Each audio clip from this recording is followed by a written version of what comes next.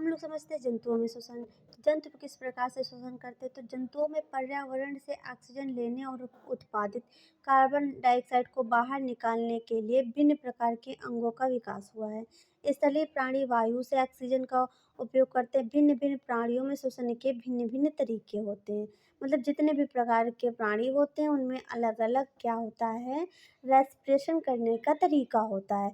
जैसे कि देखो, सरल एक कोशिकीय प्राणी जैसे अमीबा में शोषण कोशिका कला द्वारा होता है, गैसों के साधारण मिश्रण द्वारा होता है। कुछ प्राणी जैसे केंचुआ अपनी त्वचा से शोषण करता है। जलीय जंतु जैसे मछली अपने गिल्स द्वारा सांस लेती। कीट जो होते हैं शोषण रंध्र यानी कि ट्रैकिया इसे बोलते हैं, तो श्वास नली के माध्यम से शोषण करते हैं। स्थलीय प्राणी जैसे पक्षी, मनुष्य, कुत्ता आदि क्या होता है, शोषण फेफड़ों के माध्यम से करते हैं।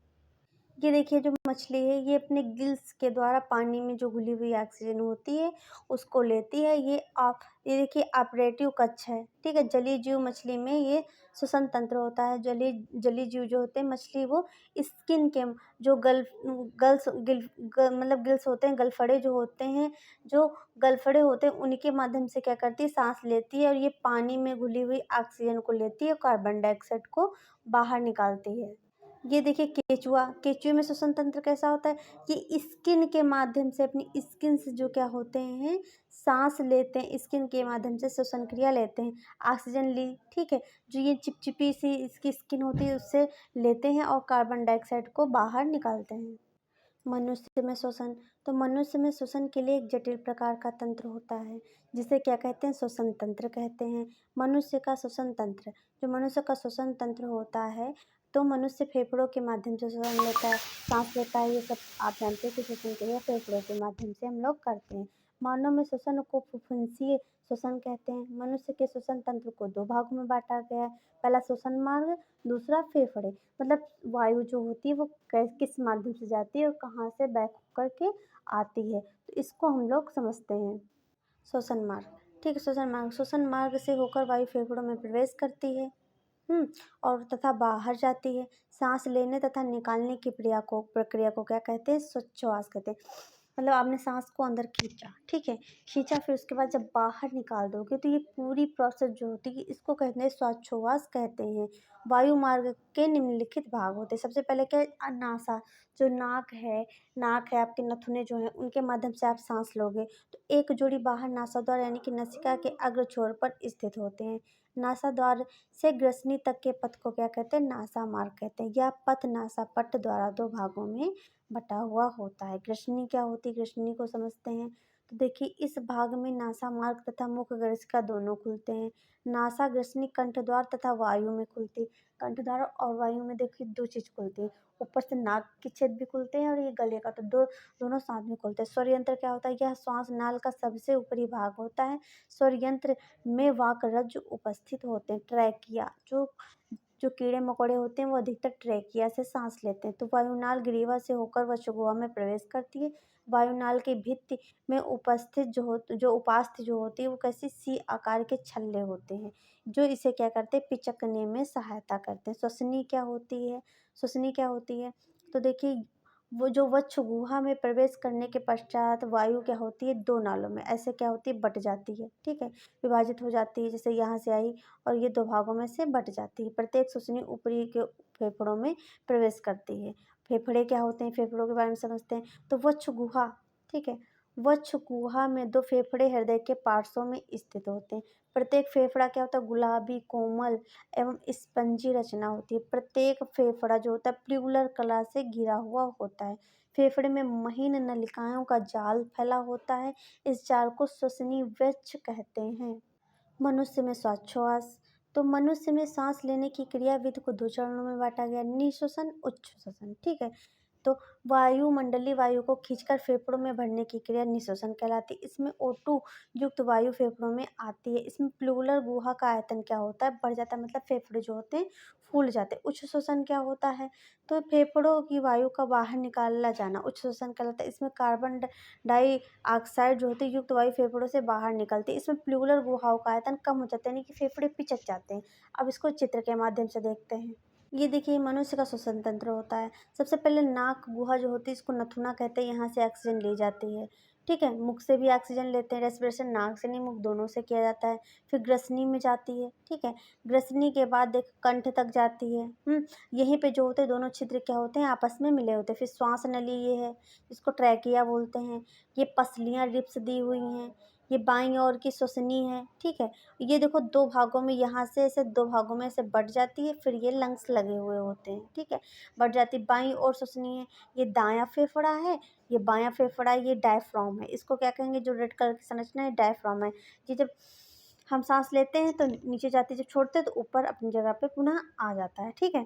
तो ये क्या होता है, ये डायफ्राम होता है। ये जब औरतें जब प्रेग्नेंट होती है तो उसमें डायफ्राम वर्क नहीं करता है, तो सोच लीजिए वो कंडीशन क्या होती है। तभी कि कोई औरत अगर गिर जाती है तो क्या होता है, उसकी गिर गई या फिर कैसे भी दुर्घटनावश अगर प्रेगनेंसी में कोई औरत गिरती है तो क्या होता है, उसका मृत्यु हो जाती है। इसी वजह से, क्योंकि उसका डायफ्राम तो वर्क कर नहीं रहा है। डायफ्राम वर्क करना बंद कर दिया, जरा सा भी कहीं पे दबाव पड़ा तो क्या होता है, मृत्यु हो जाती है। अब इसका उच्च श्वसन निःश्वसन समझते हैं। ये देखिए ब्रीथिंग इन, ठीक है, ब्रीथिंग इन। जब हम देखो निःश्वसन होती है, सांस को निःश्वसन सांस को अंदर करना, फिर निःश्वसन यानी कि बाहर निकालना, जिसको उच्छ्वसन कहते हैं, ठीक है। ब्रीथिंग इन, देखो नाक से सांस लिया, जो चेस्ट एक्सपेंड हुई यानी कि ऊपर गई, रिब्स भी ऊपर गई, डायफ्राम जो हो गया वो ऊपर गया, ठीक है। फिर चेस्ट देखो, जब क्या होगा, फिर डायफ्राम नीचे जाएगा, लंग्स जो होंगे हल्का सा पिचकेंगे, उसके बाद क्या होगी, ऑक्सीजन बाहर निकलेगी, इसे ब्रीथिंग आउट कहेंगे। वहन, वहन तो मानव में वहन रुधिर वहन के लिए एक तरल माध्यम का कार्य करता है। इसे संयोजी तरल ऊतक कहते हैं। रुधिर के प्रमुख 2 भाग होते हैं। पहला होता है प्लाज्मा। प्लाज्मा को देखते हैं, समझते हैं। तो देखिए प्लाज्मा यह तरल भाग होता है। इसमें निलंबित रुधिर कोशिकाएं प्लाज्मा रुधिर का 90% भाग बनाता है। लाल रुधिर कणिकाएं ऑक्सीजन का वहन करती हैं। इस कार्य में लाल रुधिर कणिकाएं ऑक्सीजन का वहन करती हैं। इसमें उपस्थित हीमोग्लोबिन वर्धक, हीमोग्लोबिन क्या है, पिगमेंट है, जिसकी वजह से खून का रंग कैसा दिखता है, लाल दिखता है, भूमिका निभाता है। हीमोग्लोबिन की उपस्थिति तथा आरबीसी कणिकाओं की अधिकता के कारण रुधिर का रंग क्या दिखता है, लाल दिखता है। अगर पूछा जाए हमारे ब्लड का रंग लाल क्यों होता है, क्योंकि आरबीसी कणिकाओं की अधिकता होती है और हीमोग्लोबिन जो पिगमेंट होता है वो उपस्थित होता है, इस वजह से ब्लड का रंग लाल होता है। अब प्लाज्मा क्या है, ठीक है, प्लाज्मा क्या है, तो इसमें इसी में सब समझ लेते हैं। देखिए ये रेड ब्लड सेल्स हैं जो लाल लाल आपको दिख रही हैं। कभी आपने खून बढ़ाने की सिरप अगर ली होगी तो उसमें ऐसे सेल्स आपको बनी हुई दिखेंगे। ये क्या है, ब्लड वेसल्स हैं, वाइट ब्लड सेल्स हैं यानी कि WBC। इसी में समझ लो, आगे हम लोग पढ़ेंगे तो देख लीजिए। और ये जो येलोइश पार्ट दिख रहा है, जो येलोइश कलर का पार्ट दिख रहा है, तो यही प्लाज्मा कहलाता है। क्या कहलाता है, प्लाज्मा। और प्लाज्मा थक्का जमाने के काम आता है। थक्का जम जाता है तो पीला पीला देखा होगा निकल आता है, नहीं तो ब्लड कंटिन्यू बहता रहे। और ये प्लेटलेट्स हैं, जैसे प्लेटलेट्स कम हो गई तो व्यक्ति बीमार हो गया, कहीं डेंगू हो गया तो प्लेटलेट्स कम हो जाती हैं। तो ये चीज़ें, ये रेड वाली हैं आरबीसी, और ये जो आपको ये दिख रही हैं ये हैं आपकी WBC, और ये जो जम्स जैसे दिख रहे हैं तो इनको कहेंगे प्लेटलेट्स। और ये आपके ब्लड वेसल्स है, जो नली जो है वो कटी हुई है जिससे ब्लड निकल रहा है। और ये येलोइश जो पार्ट है ये क्या है, प्लाज्मा है। अब हम लोग का देखो टॉपिक है हार्ट, हृदय, ठीक है। ये हाई स्कूल में आता ही आता है, आने वाला ही टॉपिक है, तो इसका डायग्राम भी प्रैक्टिस करेंगे और थ्योरी भी समझेंगे। मनुष्य का हृदय वक्ष गुहा में बाईं ओर स्थित होता है। यह मुट्ठी के आकार का होता है। मनुष्य के हृदय के 4 भाग होते हैं, जिसमें 2 अलिंद होते हैं, 2 निलय होते हैं। एक को देखो, इन्हें दायां अलिंद और बायां अलिंद कहेंगे, दायां निलय और बायां निलय कहेंगे। 4 भाग हो गए, कर सकते हैं। अलिंद ऊपर की ओर और निलय नीचे की ओर। अलिंद मतलब ऊपर की ओर, निलय मतलब नीचे की ओर, ठीक है। दायां अलिंद दाएं निलय तथा बायां अलिंद जो होता है बाएं निलय में खुलता है, ठीक है। बायां अलिंद तथा बाएं निलय के बीच द्विवलनी कपाट होती है तथा दाएं अलिंद तथा दाएं निलय के बीच त्रिवलनी कपाट होते हैं। दाएं अलिंद से महाशिरा आकर मिलती है तथा बाएं अलिंद से फुफ्फुंद शिरा आकर के मिलती है। इसका डायग्राम जो शॉर्ट वीडियो में हमारे चैनल पे पड़ा हुआ है, आप वहाँ से देख सकते हैं। बहुत ही इजी तरीके से बनाया गया है। और हम लोग अपने फिर से हम लोग क्या करेंगे, एग्ज़ाम के पहले जस्ट तो क्या करेंगे, हम लोग डायग्राम प्रैक्टिस करेंगे बोर्ड पर। तो साथ में बने रहिए, जब हम डायग्राम प्रैक्टिस करेंगे तो आप भी करेंगे हमारे साथ में। ये देखिए डायग्राम है। ये देखो वेना कवा है, ये अरोटा है, ये लेफ्ट एट्रियम है, ये राइट एट्रियम है, ये लेफ्ट वेंट्रिकल है, ये राइट वेंट्रिकल है। ये ऐसे 4 भागों में डिवाइड होता है। ऑक्सीजनेटेड ब्लड जो रेड दिख रहा है, ठीक है, और डीऑक्सीजनेटेड ब्लड जितना येलो ये दिख रहा है, हल्का सा पर्पल कलर वाला दिख रहा है, तो इसमें क्या है, इसमें ऑक्सीजन रहित ब्लड है। अब हम परिसंचरण तंत्र देखते हैं क्या है। तो मानव के शरीर में उपस्थित ऐसा तंत्र जो पोषक तत्वों, हार्मोन तथा अपशिष्ट पदार्थों का क्या करता है, परिवहन करता है, यानी कि पूरी बॉडी में पहुंचाता है, उसे परिसंचरण तंत्र कहते हैं। परिसंचरण तंत्र के भाग रक्त हो गया, हृदय हो गया, रक्त वाहिनियाँ हो गई, ठीक है। रक्त देखते हैं क्या है, तो देखो रक्त देखते क्या है, तो रक्त एक प्रकार का तरल संयोजी ऊतक है। ये भी एक ऊतक है जो शरीर के विभिन्न भागों से पोषक तत्वों और गैसों, हार्मोन्स तथा अपशिष्ट पदार्थों का क्या करता है, परिवहन करता है। रक्त का पीएच पूछा जाए 7.4 होता है, ठीक है। अगर पूछा जाए कि ऑक्सीजन को पूरे शरीर में कौन पहुंचाता है, किसके माध्यम से जाती है, तो रक्त के माध्यम से ऑक्सीजन पूरे ब्लड में जाती है।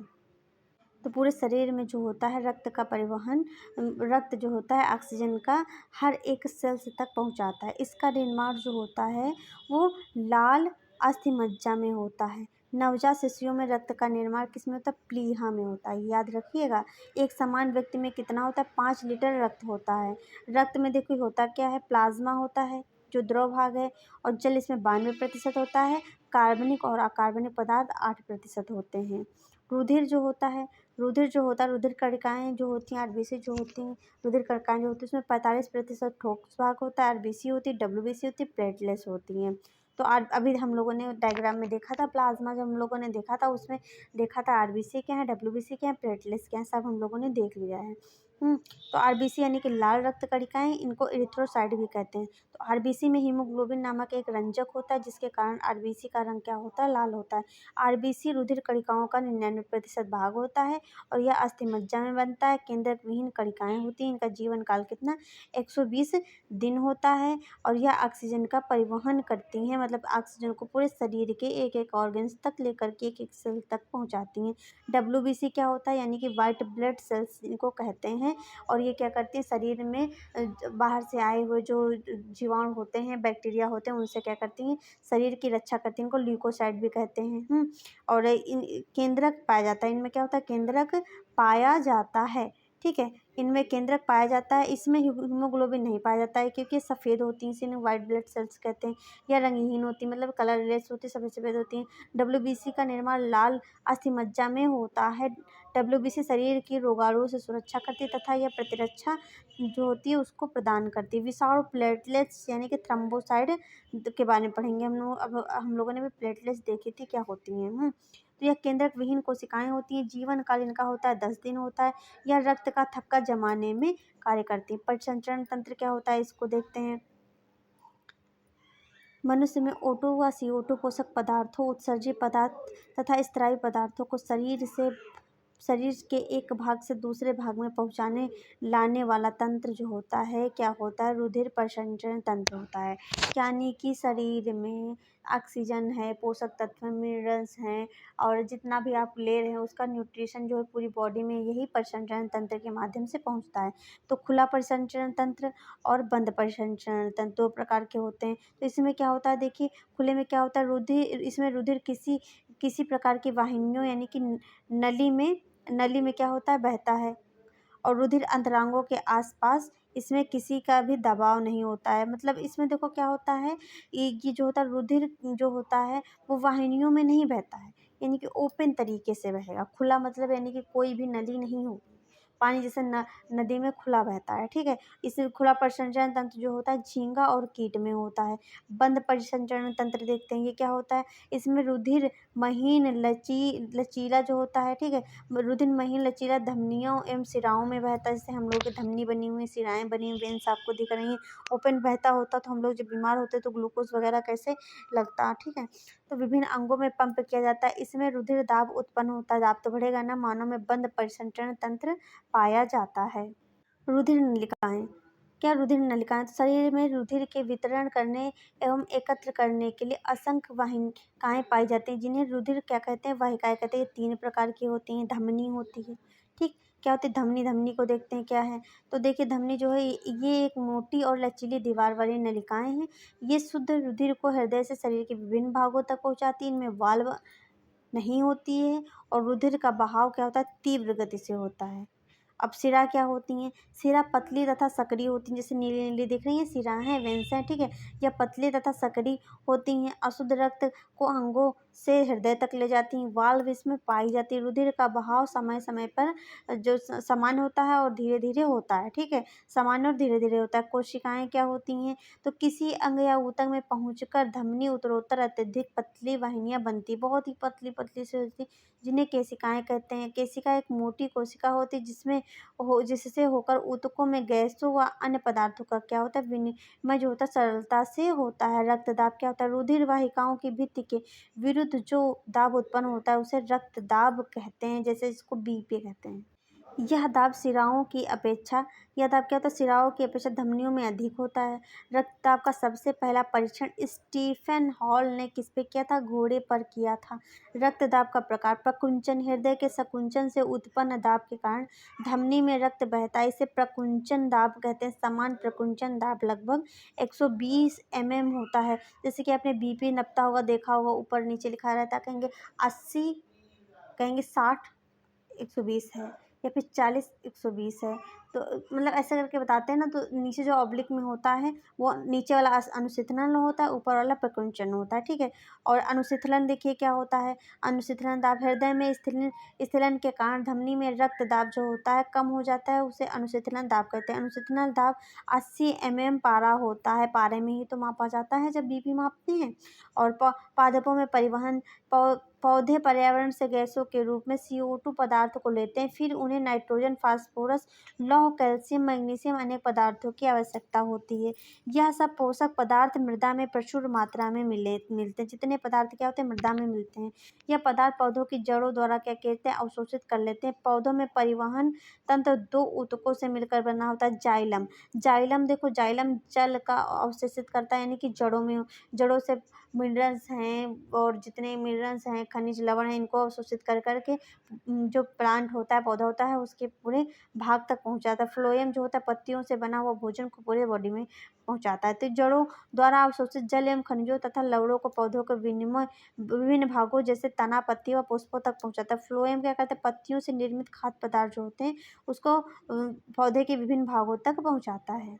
जल का परिवहन मृदा से जल का अवशोषण मूल रोमों द्वारा होता है। मूल रोम तथा मृदा के बीच आयन सांद्रण अंतर होने के कारण जल मूल रोमों में पहुंचता है। यह जल क्रमिक रूप से जड़ की कोशिकाओं में विसरित होता हुआ जड़ के जाइलम ऊतक तक पहुंचता है। भोजन तथा अन्य पदार्थों का स्थानांतरण, तो इसमें क्या होगा प्रकाश संश्लेषण के विलय उत्पादों को वहन स्थानांतरण कहलाता है और यह वहन फ्लोएम नामक ऊतक तंत्र द्वारा होता है। फ्लोएम इन उत्पादों के अलावा अमीनो अम्ल अन्य पदार्थों का परिवहन करता है। भोजन तथा अन्य पदार्थों का स्थानांतरण ऊतक की जो कोशिकाओं की सहायता से चालनी नलिका ऊपरमुखी तथा अधोमुखी दोनों दिशाओं में होता है। उत्सर्जन के बारे में समझते हैं क्या होता है उत्सर्जन।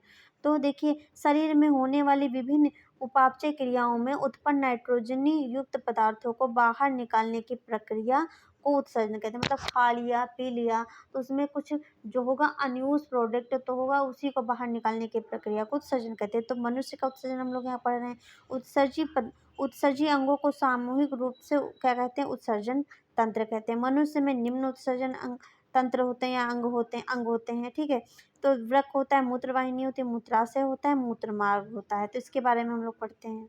वृक्क के बारे में देखते हैं वृक्क क्या होता है। तो देखिए मनुष्य में एक जोड़ी वृक्क पाए जाते हैं। यह दोनों वृक्क उदर में कशेरुक दंड के दोनों ओर स्थित होते हैं। वृक्क गहरे भूरे एवं सेम बीज के आकृति के होते हैं। इनका बाहरी भाग उभरा हुआ तथा भीतरी भाग दबा हुआ होता है, जिनके मध्य में क्या होता है छोटा सा गड्ढा होता है। इस गड्ढे को हाइलम कहते हैं।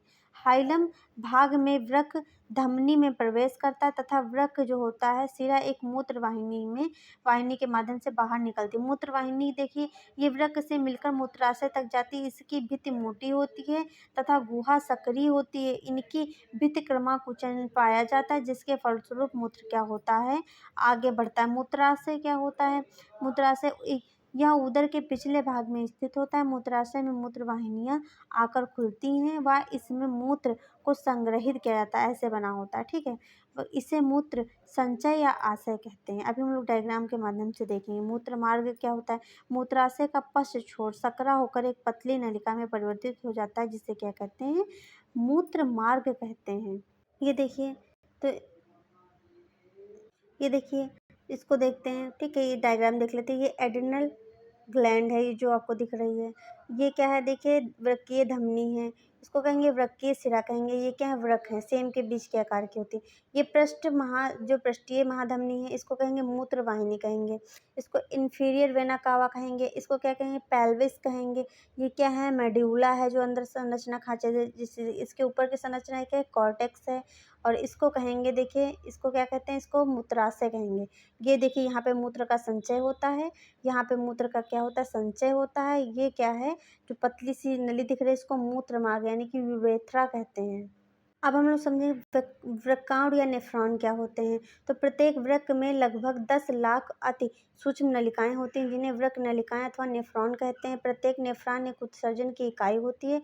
नेफ्रॉन का प्रारंभिक भाग प्याले के समान होता है, जिसे बोमन संपुट कहते हैं। बोमन संपुट के प्याले नुमा खांच में रक्त की नलियों तक गुच्छा होता है, जिसे क्या कहते हैं? ग्लोमेरुलस कहते हैं। ग्लोमेरुलस एवं बोमन संपुट को मिलाकर मालपीघी कोष बनता है, जिसे मालपीघी कोष कहते हैं। कृत्रिम अपोहन क्या होता है? तो देखिए, उत्तरजीवित के लिए वृक्क जैव अंग है, ठीक है। मतलब जीवित रहने के लिए वृक्क क्या है? जैव अंग है। कई कारण से संक्रमण या आघात से क्या होते हैं? वृक्क जो होते हैं, सीमित रुधिर प्रवाह वृक्क की क्रियाशीलता को कम कर देते हैं। यह शरीर में विषैले यानी कि ब्लड को नहीं छानने का काम करते हैं। विषैले अपशिष्ट को संचित करने लगते। जब छनेगा नहीं तो शरीर में क्या होंगे? अपशिष्ट जमा होंगे, जिससे क्या होती है? व्यक्ति की मृत्यु हो जाती है, मृत्यु हो सकती है। एक कृत्रिम वृक्क नाइट्रोजनी अपशिष्ट उत्पादों को रुधिर से अपोहन द्वारा निकालने की युक्त होती है, यानी कि कृत्रिम वृक्क का प्रयोग करके यहाँ पे क्या किया जाता है? ब्लड को छाना जाता है, ठीक है। जैसे कि आपने देखा, बोर्ड लगे होते हैं, हमारे वहाँ डायलिसिस होता है, हैं। तो यही होता है कि जिसकी किडनी कम वर्क करती है, तो उसकी किडनी में क्या कृत्रिम जो होता है, दूसरा कृत्रिम मानव द्वारा निर्मित वृक्क को लगा करके तब ब्लड को छाना जाता है, ठीक है। पादपों में उत्सर्जन क्या होते हैं? देखो, पादपों के मुख्य उत्सर्जी पादप O2 तथा CO2 हैं, जिन्हें क्रमशः श्वसन तथा प्रकाश संश्लेषण की क्रिया में प्रयुक्त या बाहर उत्सर्जित किया जाता है। पादपों के बहुत से ऊतकों में मृत कोशिकाएं पाई जाती हैं। कुछ अपशिष्ट उत्पाद जैसे रेजिन, गोंद पुराने जाइलम में संचित रहते हैं। जैसे किसी आपने पौधे देखा तो गोंद निकलता है, ठीक है। तो ये सब क्या है? ये पादपों के अपशिष्ट होते हैं। ये देखिए, अपोहन की प्रोसेस है। इसमें देखिए, नेफ्रॉन, ये जो संरचना है नेफ्रॉन की कहलाती है। ये ब्लड है, यूराइन है। तो इसमें क्या होता है? यहाँ पे काट के निकाल करके शरीर में क्या जो है अपोहन की प्रक्रिया हो रही है। किडनी है, ये ब्लड विथ वेस्ट जो है, वेस्ट है। ब्लड विदाउट वेस्ट जो होता है वो है। तो ये आपने डायग्राम देख लिया, ये यूरेटर है, ठीक है। तो आपने डायग्राम देख लिया। अगर आपको मेरी क्लास अच्छी लगी तो मेरे चैनल को लाइक, शेयर एंड सब्सक्राइब करें। मिलते हैं नेक्स्ट चैप्टर के साथ। Thanks for watching.